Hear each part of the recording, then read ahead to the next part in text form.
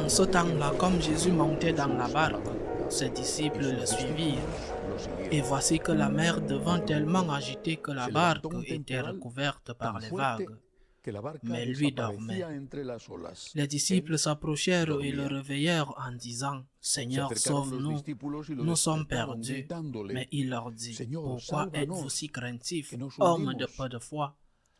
Alors Jésus debout menaça les vents et la mer, et il se fit un grand calme. Les gens furent saisis d'étonnement et disaient, « Quel est donc celui-ci pour que même les vents et la mer lui obéissent ?» Acclamons la parole de Dieu.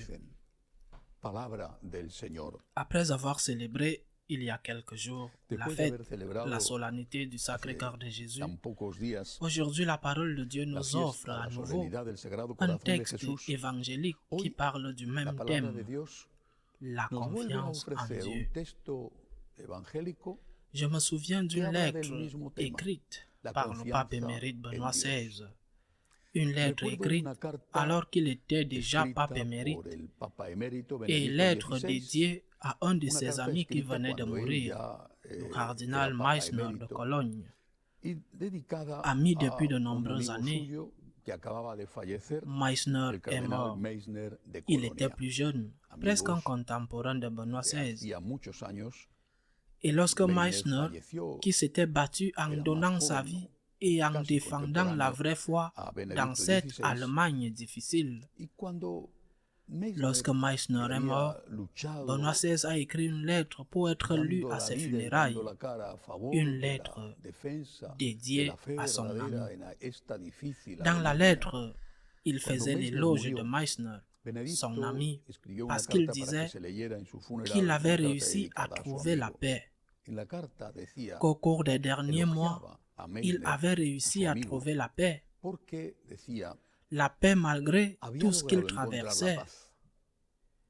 Il le voyait, le synode allemand n'avait pas encore été convoqué à ce moment-là, mais la tempête faisait déjà rage. Meissner avait réussi à trouver la paix, la confiance en Dieu. Mais ce qui m'a le plus frappé, ce n'est pas seulement cela, mais le pape émérite disait qu'il était si difficile de trouver cette paix. Il ne le disait pas parce que le bateau était sur le point d'être envahi par l'eau, mais parce que le bateau est déjà presque plein d'eau. Le bateau de l'Église, la terrible tempête de l'Église. Plusieurs personnes ont dit que nous vivons un vendredi saint, parmi lesquels le cardinal Sarah, par exemple. La tempête de l'Église dans une nuit obscure qui semble ne pas avoir de fin.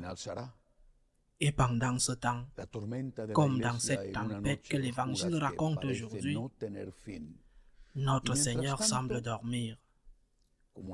Mais comment peut-il dormir au milieu d'une tempête? C'est vraiment un sommeil lourd. Mais nous nous noyons. Un vent terrible souffle, les vagues remplissent presque le bateau et il dort.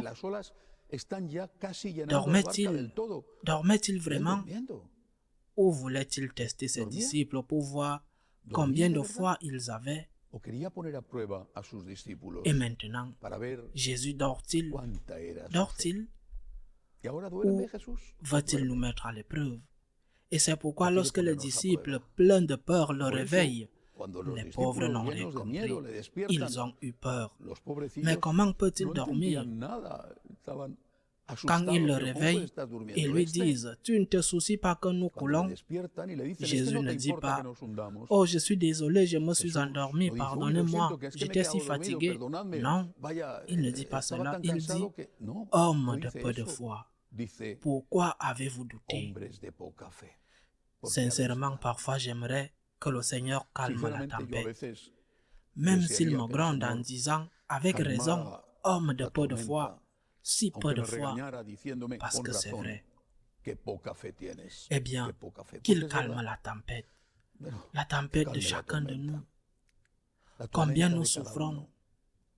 Je reçois tellement de mails chaque jour des personnes qui souffrent pour différentes raisons, des maris qui trompent, qui battent leurs femmes, ou des femmes qui quittent leur mari et vont avec un autre parce qu'il a plus d'argent, des enfants qui causent des problèmes horribles à leurs parents, des situations entières de pays où la population est accablée et sans espoir parce que leur situation sociale et politique est épouvantable. Des gens qui vivent dans d'autres pays où la situation n'est pas aussi grave, mais qui n'ont pas de travail, qui sont malades. Combien nous souffrons, combien nous souffrons.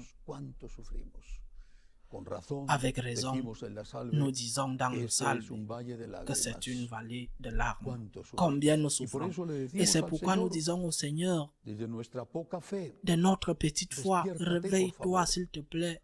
Ne te soucies-tu pas que nous coulons? Le Seigneur arrêtera la tempête. Nous ne savons pas quand, nous ne savons pas comment.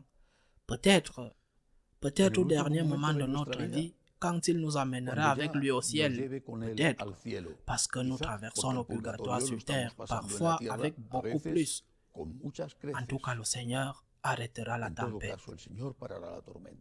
Nous devons le prier en toute humilité. Seigneur, réveille-toi. Nous sommes en train de couler. Je n'ai pas de travail. Je suis malade. Regarde mes enfants. Regarde ma famille. Regarde mon pays. Regarde l'église. Seigneur, s'il te plaît, nous sommes en train de couler. Il va nous gronder. Il va nous gronder parce que nous avons peu de foi. Et nous avons vraiment peu de foi. Mais il va calmer la tempête. Quand? Nous ne savons pas, mais ayons confiance en lui. Il semble qu'il dort. Mais il ne dort pas, il ne dort jamais. Lui qui nous aime tant, et nous devons le supplier de nous aider en même temps que nous lui disons, Seigneur, j'ai confiance en toi. Loué soit Jésus-Christ.